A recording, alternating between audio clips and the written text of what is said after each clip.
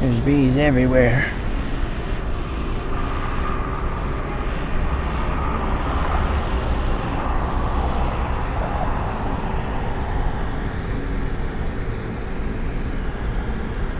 It's a really good shot.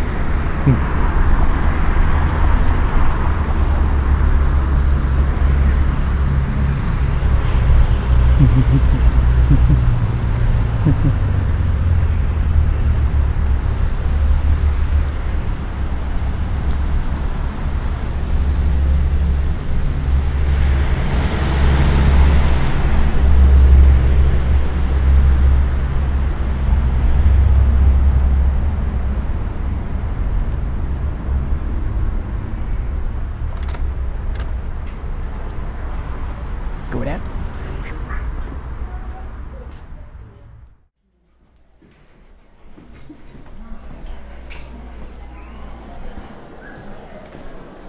Come on in, there's plenty of room.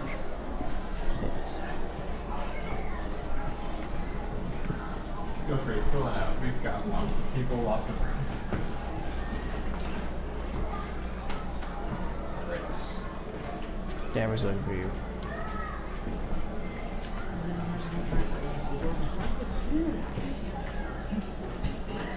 All right. Welcome, everybody. Where's everybody traveling here from? Arizona. Arizona? Texas. Texas? Arizona. Arizona as well? Long Island. Long Island? California. California.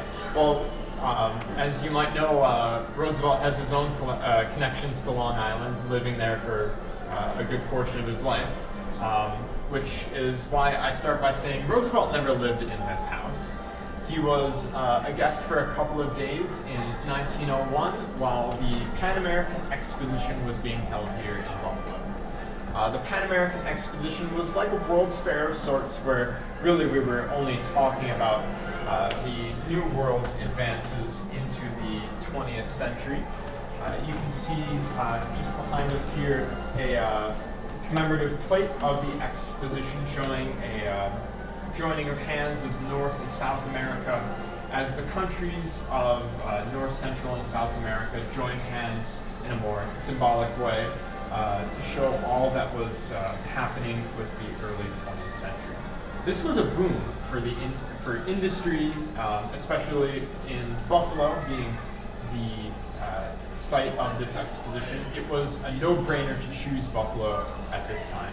We were one of the largest steel producers in the world, and being the 8th largest city in America, located on the western end of the Erie Canal, making us a major trade route both in and out of Middle America, we were the obvious choice.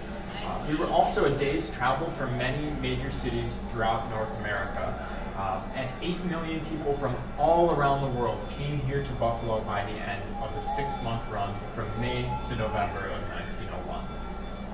Now, Roosevelt himself, then vice president, opened up the exposition in May, but the president, McKinley, wouldn't make his way to the exposition until September of that year. As we head just this way through these columns here, I'll invite you all to take a step back in time with me to the beginning of a 20th century. And at the start of a brand new century, so many exciting things to see. For one, all eyes are on the light bulb. You've all seen the light bulb before, but never so many in the same place. Brightly lit and colorful today, such that we're calling this exposition the Rainbow City because of it. And all of those light bulbs are powered by a true marvel of hydroelectric engineering, a natural battery in its own, Niagara Falls. Experts are telling us we could power the entire eastern seaboard of the United States with just Niagara alone. Imagine what all the water power coursing through America's veins could do for us. And today, it's September 6, 1901. We're being greeted by President McKinley here at the Temple of Music. He's even shaking visitors' hands. Maybe he'll shake yours. Here he is. Whether you hail from Buffalo or Bogota, Peoria or Peking, you have to admit, it's a marvelous century that just begun. Today, President McKinley joins us in celebrating America's progress made visible at the start of the 20th century.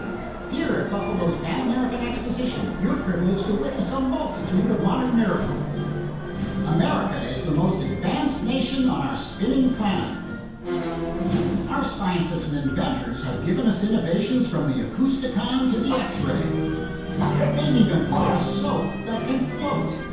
And following in Mr. Edison's noble footsteps, motion picture engineers have perfected his musoscope. Here at the Pan American Exposition, we have 200,000 bulbs connected by 42 miles of wire. So stick around till after sunset. The effect is magical. Let us never forget the genius of our captains of industry. They have made us all richer, not just in our laws, but in our lives. They have spun a web of glittering iron rails from coast to coast, and these rails carry goods to build the nation and fill our department stores. Today, the United States is the largest steel producer in the world. In just 1 year, we fire up 10 million tons of molten marble. We are also the world leader in farming. And Buffalo is the 4th busiest harbor, and our 26 steamship lines transport the bounty of our farms all over the world.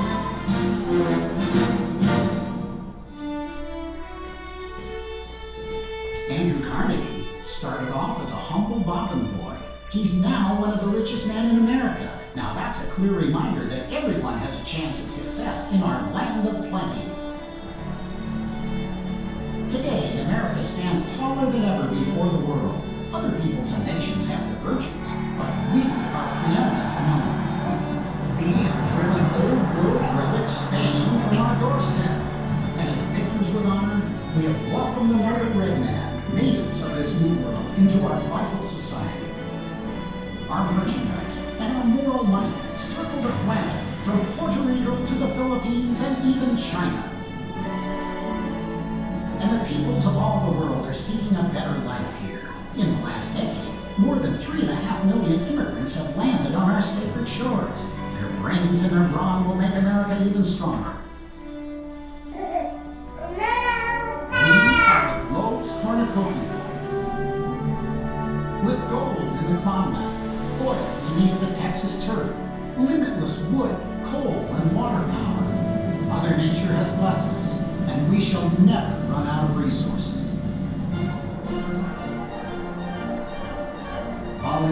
today so that tomorrow will be even better than today. Our popular President William McKinley and his heroic Vice President Theodore Roosevelt are poised to lead America's charge into the future.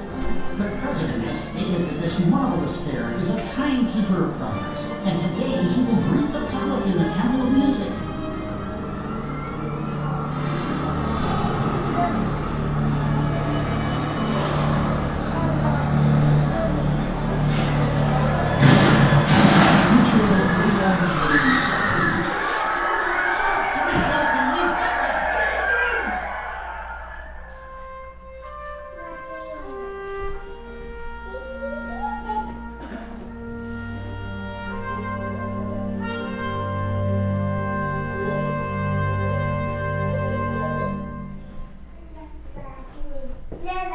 So President McKinley on that day is shot twice in the stomach by a young anarchist whose name was Leon Salovage.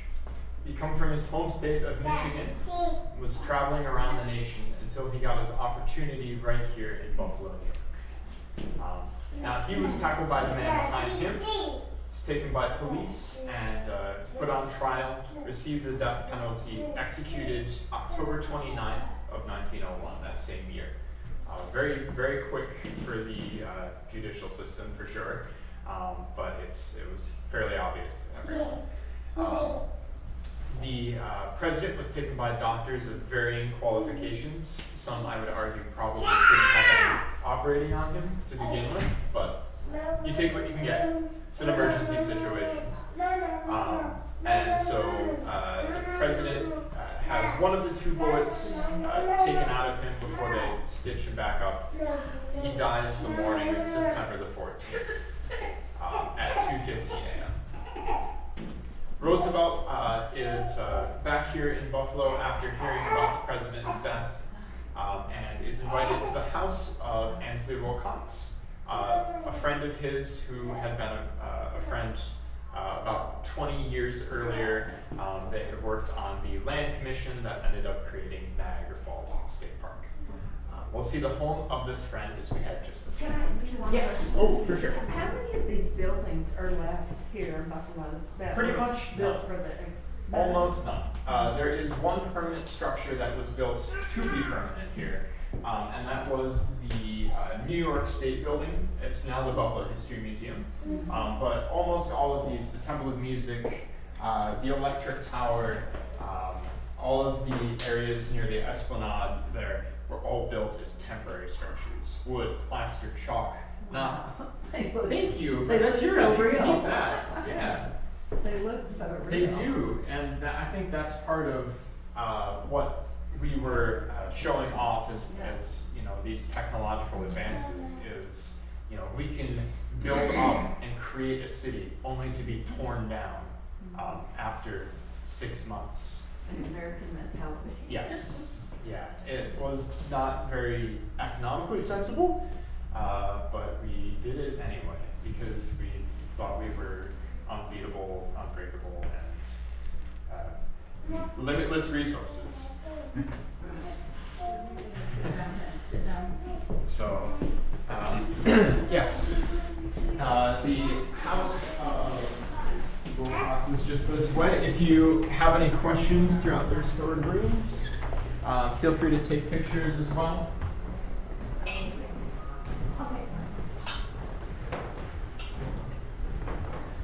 Welcome to the dining room.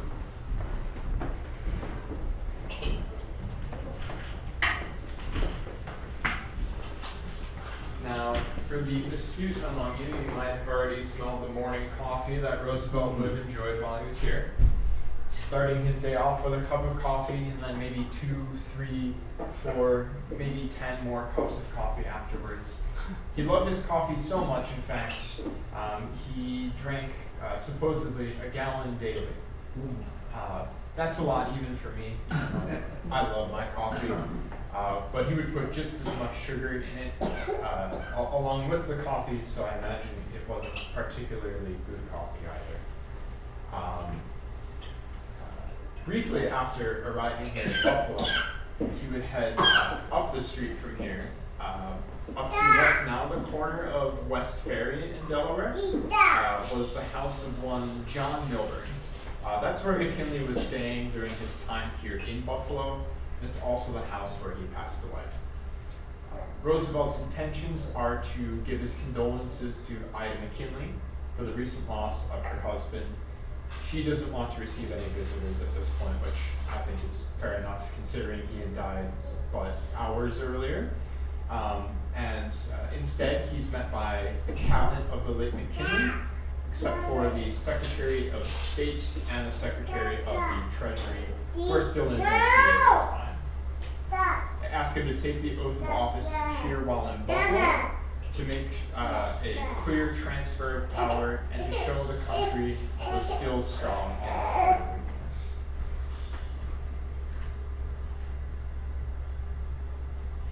What's original in this room? Is the wallpaper just from the period? No, yeah, so anything that we don't have that's going to be original will be period accurate or based on photographs that we have from these rooms. Things like the molding that you're going to see around the room are original.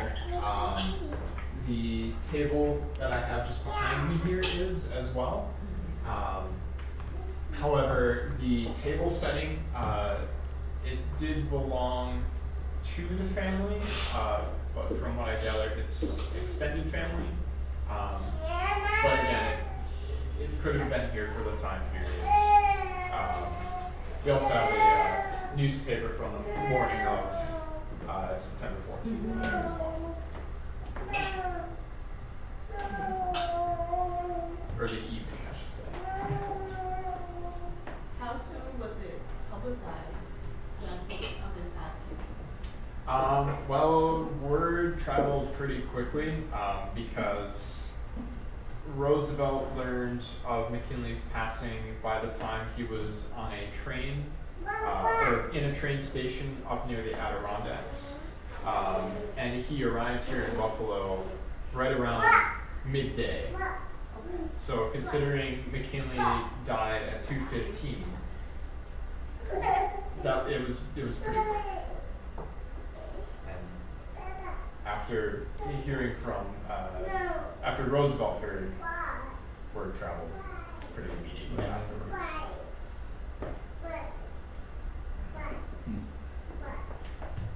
Any other questions? The portraits, are they actual family portraits? Yeah, these are family members. They're Wilcox family members. I know sometimes I get the question if any of these are Roosevelt's. No, they're not.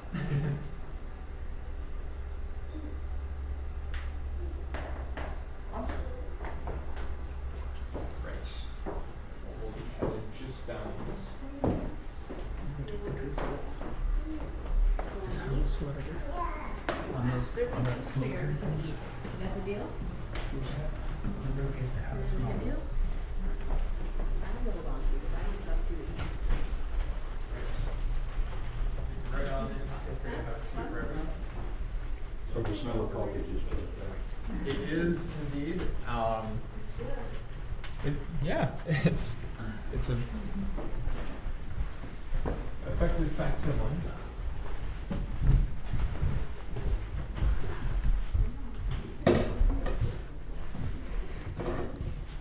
So while the early 20th century is a time of excitement for new innovation, new technology, there are still a great many issues that the nation faces. Each American alike faces these issues. Issues I'm sure Mr. Roosevelt knows well. Mr. Roosevelt, there are some things I should like to discuss with you before... Senator Hanna, excuse me, but I need a few moments by myself to think about a number of matters before the swearing in. But of course. It is a dreadful thing to come into the presidency this way, but it would be a far worse thing to be morbid about it. Here is the task, and I've got to do it to the best of my ability.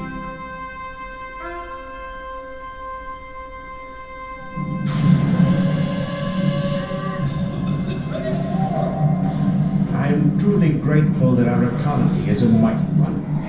For that, all honor must be paid to the architects of our material prosperity, to the great captains of industry. Andrew Carnegie, he of the Golden Touch, has said, "Wealth passing through the hands of the few can be made a much more potent force for the elevation of our race than if it had been distributed in small sums to the people themselves. But often, those sums are indeed miserably small." John Mitchell, who leads the Mine Workers Union, is eloquent about that fact. In Pennsylvania mines, wages were so low that parents were compelled to take their boys from school, sometimes when they were less than 10 years of age, and put them to work in the breakers and the mines. A man who visited a breaker wrote that the dust penetrates the utmost recesses of the boys' lungs. A kind of slave driver stands over the boys, prodding or kicking them into obedience. Yes, sir. Yes, sir. I'm 12 years old. Been working since I was 8. Can't read none. Want to go to school, but I can't. Because I've been working all the time. I must work to curb the might of the giant industrial and financial trusts. While they do enormous good, they have much power over the lives and spirits of hard-working Americans. The good we secure for ourselves is precarious and uncertain. Until it is secured for all of us and incorporated into our common life. Jane Addams, a great reformer, knows that there are districts where hardly anyone is above the level of poverty. Where poverty means misery, it must be met by organization and the endless labor of those who live in the midst of it, like Miss Addams. When I was police commissioner in New York, I used to walk the poorest neighborhoods with the photographer Jacob Reese. I will never forget what we saw together. An unscrupulous contractor regards no basement as too dark, no stable loft too foul, no rear shanty too provisional, and no tenement room too small for his workmen.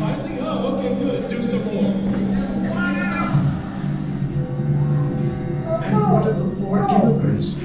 Hundreds of thousands each year. Francis Walker is president of the Massachusetts Institute of Technology, and he thinks immigration should be restricted.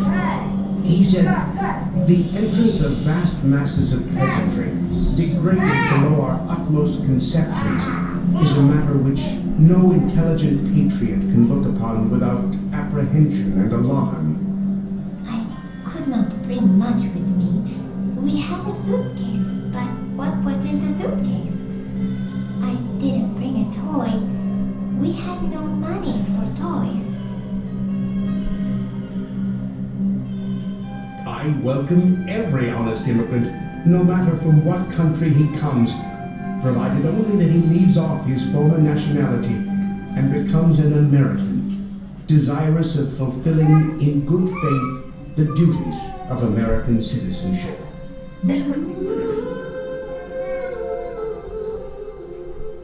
Even here, in our own country, race is such a vexing problem.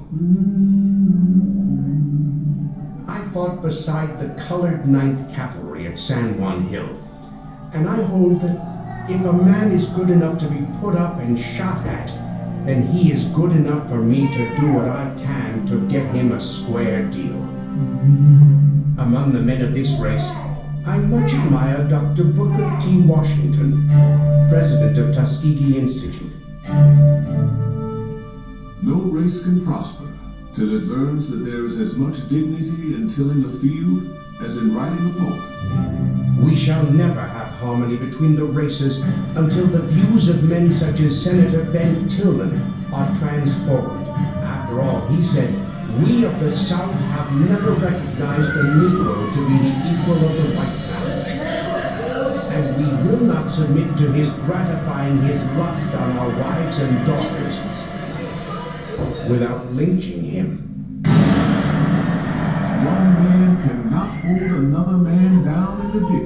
without remaining down in the ditch with him. The only wise and honorable and Christian thing to do is to treat each black man and each white man strictly on his merits as a man. I have learned that success is to be measured not so much by the position that one has reached in life as by the obstacles which he has had to overcome. Soon, this very day in fact, I shall invite Dr. Washington to the White House.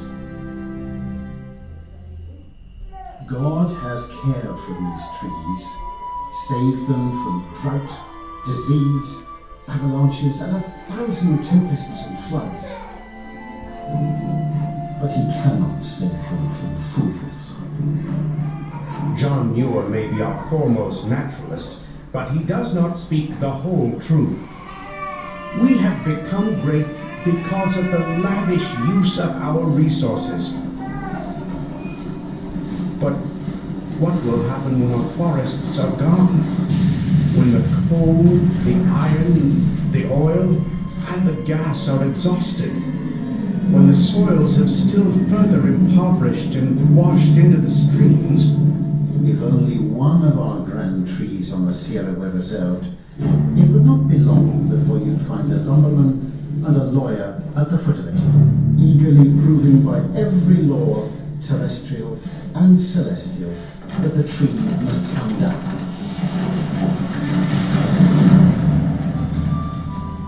Like all Americans, I like big things.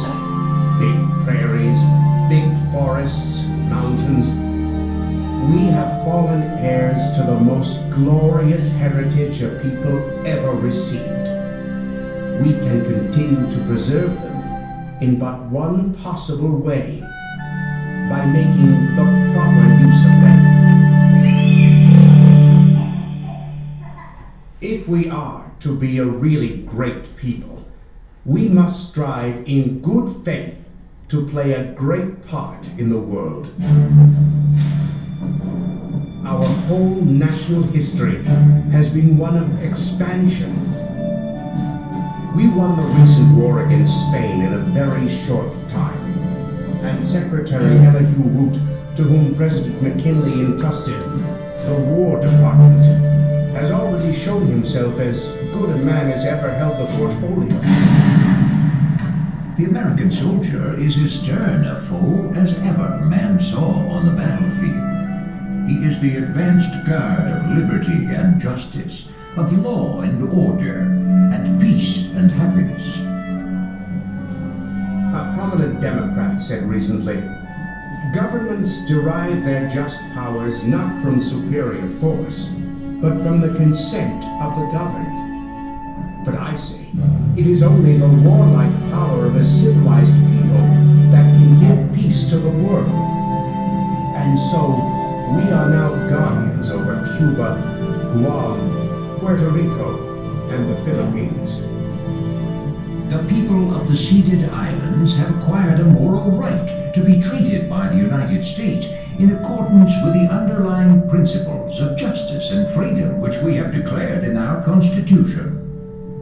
Above all, let us shrink from no strife within or without the nation, provided we are certain that the strife is justified.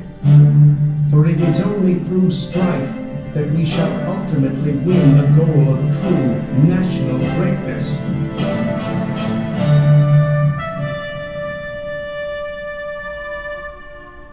So, what do I believe? Simply this. It is vital that every man who is in politics should strive steadily for reform, that he should have the highest ideals. And now, I must return to take the oath. I'm going to be president. And I'm going to do my utmost to give the country a good president.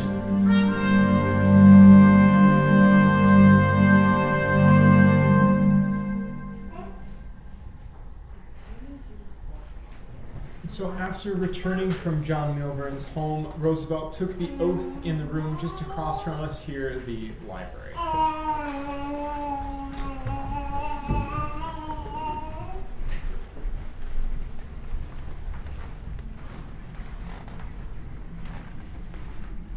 At 3 o'clock, most of the individuals had made their way to the home, but there were still more filing in until about 3:30. There were 50 people in this room at the maximum capacity. I think beyond maximum capacity is probably the better way to put it. But Roosevelt would be located right in the middle of the room where that table is on the red rug there, and would receive word from Secretary of War Elihu Root right at 3:30 that they intended for him to take the oath of office. Roosevelt made a short, quick speech before taking the oath at 3:32 on that same day, surrounded by, again, those almost 50 people here. There were initially photographers present at the event, but after a camera had been knocked over, Roosevelt had asked them to leave, told them they would get their opportunity to photograph the room afterwards, which they did, which is why we can keep it in the condition it is in now. But as such, no photographs were taken of the event.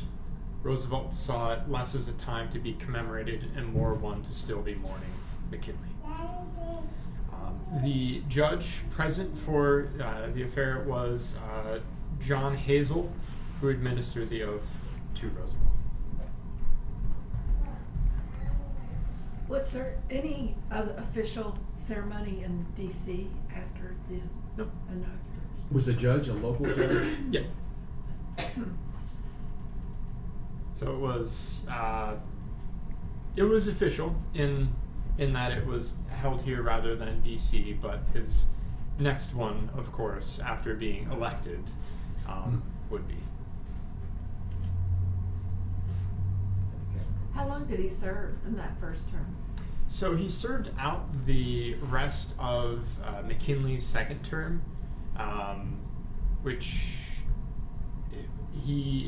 his second term started in 1900, so this would be the last final months of the second year of that second term, and then the next two after. Yeah.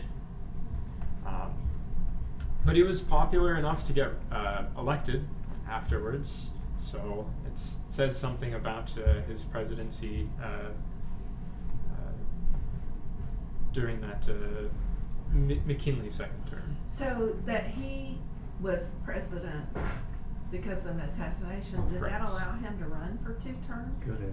He could have, and even at that time, this was before we had the 2-term limit, so he could have run ad infinitum if he really wanted to. In fact, he did try for a third-party term. It ended up splitting the vote, and Taft became president because of it. Yes. It's a fun story about how that party gets its name. I'm sure you might be familiar with. No?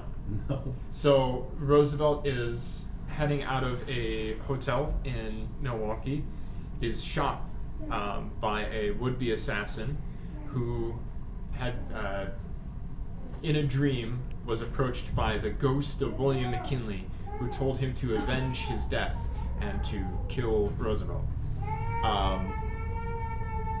Roosevelt was hit through the speech he was going to make later that day and his glasses case, which saved the bullet from going any further into him. He went on to make that speech, which was ungodly long. It was like something along 2 or 3 hours of speaking, while the bullet was still lodged in him. But he knew it wasn't fatal because when he coughed, there was no blood. He said, you may be able to see, while he was making a speech, that I've been shot, but it takes more than that to kill a bull moose. And that's how the party gets its name. Very cool. Well, feel free to take pictures if you haven't already, and then head just down the way here.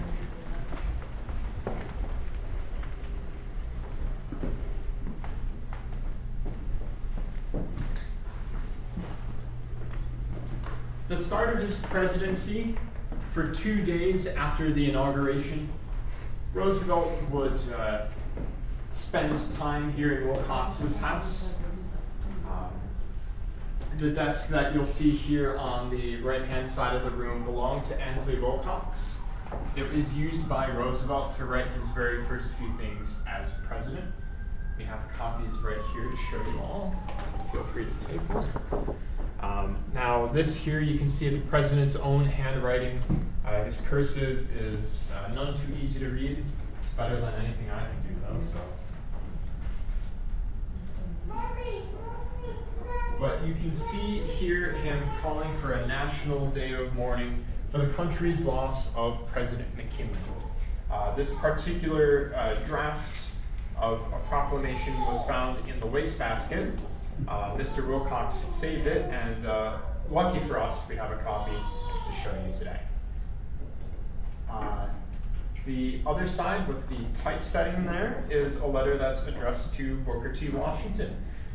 And as you know, Washington has a trip to the White House, and this is a very, very big moment in American history because this is the first time that a Black American has been invited to the White House for dinner with the president and his family.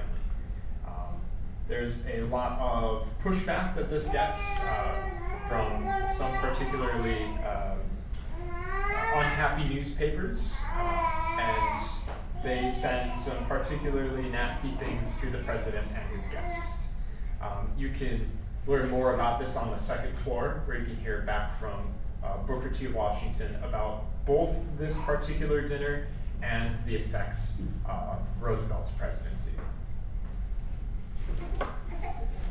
You'll also notice at the top there it says Executive Mansion and not the White House. Does anybody know why that is? McKinley was still there. Why? That's a good idea. That's good, but not quite. It wasn't called the White House yet. Roosevelt is the first president to refer to the Executive Mansion as the White House. He coins the term, and it's used so much that it eventually ends up on our stationery as the official name. And frankly, it rolls off the tongue a lot better. You save some ink too that way, so I see it as well.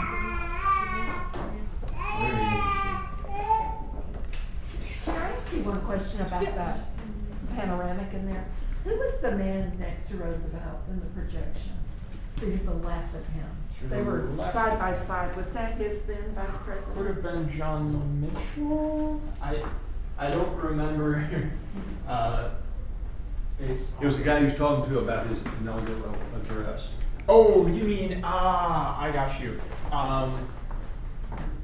The one like all the way at the right hand side, right next to him. Yeah, they were side by side. Senator Hanna.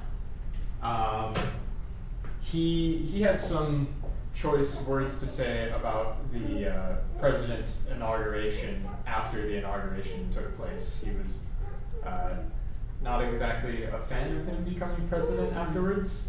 I think he said something to the effect of, "That damned cowboy is president now." Which, yeah, he certainly was more of the outdoorsy sort, but... Thank goodness. Exactly. We also have our main forms of communication for the time period, including the telegraph here, where you can hear some Morse code, and an example of a telegram here. This is how Roosevelt would have been informed of McKinley's passing. And in fact, upon receiving the telegram, he would read what was written down there, and be so shocked at what he was reading, he'd turn it upside down, just because he couldn't believe what he was reading. McKinley has passed away. Wait, hold on. This can't be right.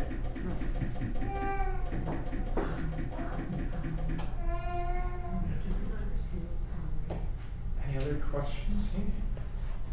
So what's upstairs? Lot to look at. We're actually going to get there next. Oh, okay. So that part is going to have a lot more interactive pieces. It's going to be a lot more self-guided. Okay. So why don't we get there?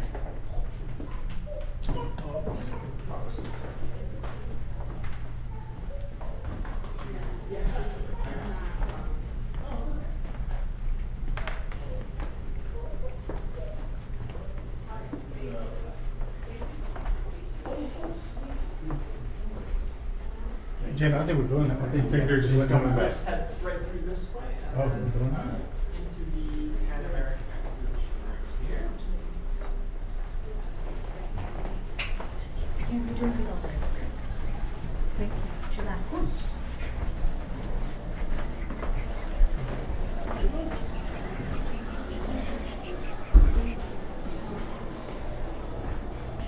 And from here we're gonna head, you can either use the elevator here or the stairs.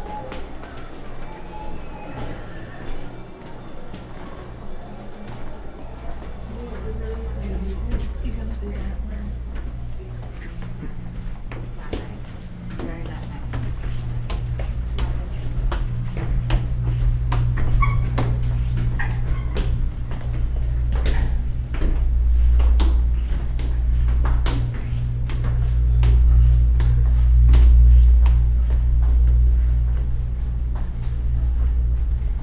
Here on the second floor, we've got quite a bit about the site's history. It's a long-standing one, starting off in 1838 as the Buffalo Officers' Barracks. Shortly after the War of 1812, we weren't exactly sure what was going to happen afterwards. Admittedly, with foresight or hindsight being 20/20, not much happened. So it didn't stay a barracks for very long, being privately owned for a number of years from 1847 into the 1880s when the Wilcox family lived here. Ansley Wilcox married into a very wealthy family, the Rumseys, who ended up giving this house as a wedding gift for him to live in for the rest of his life. They did that and became a restaurant afterwards. In the 1960s, we did restoration efforts, opening our doors as a National Historic Site on September 14th, 1971. And all of this, I will let you go over at your leisure right at the end, but what I would like to show you is just this thing.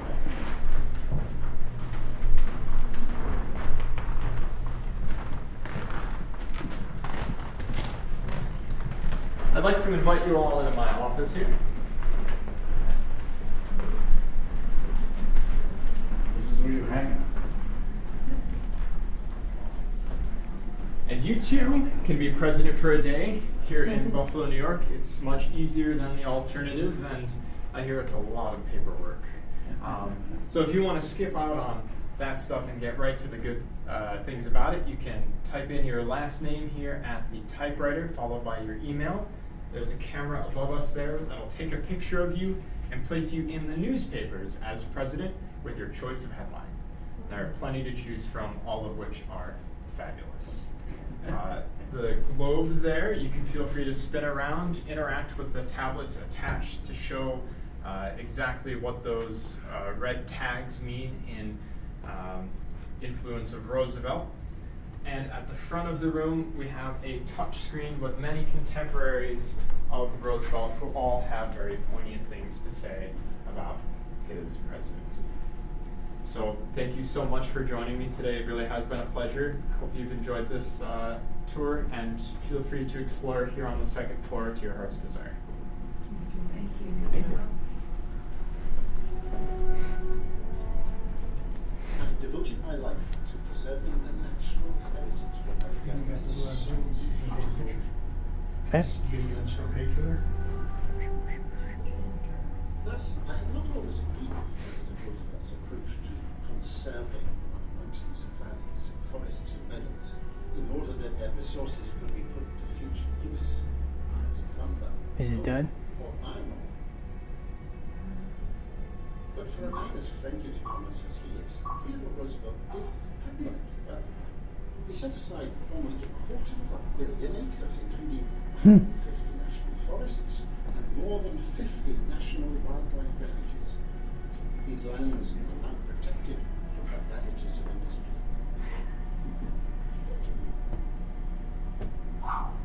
In 1903, we spent 4 days together in the magnificent Yosemite. You're president. Way too fast. Does it email it to It you? emails it to you, I think. I didn't give an email. Yeah, I thought you said you had to do that. No. And have you Oh, wait, and disagreements about policy, I found the president to be interesting, hearty, and have your email address. in his last year of office, President Roosevelt gave a widely publicized speech. He called it conservation as a national duty. But he said, the natural resources of our country, danger of exhaustion, prevent all wasteful methods of exploiting them longer to continue. Because of his ardent support for the natural world, all Americans owe him their gratitude.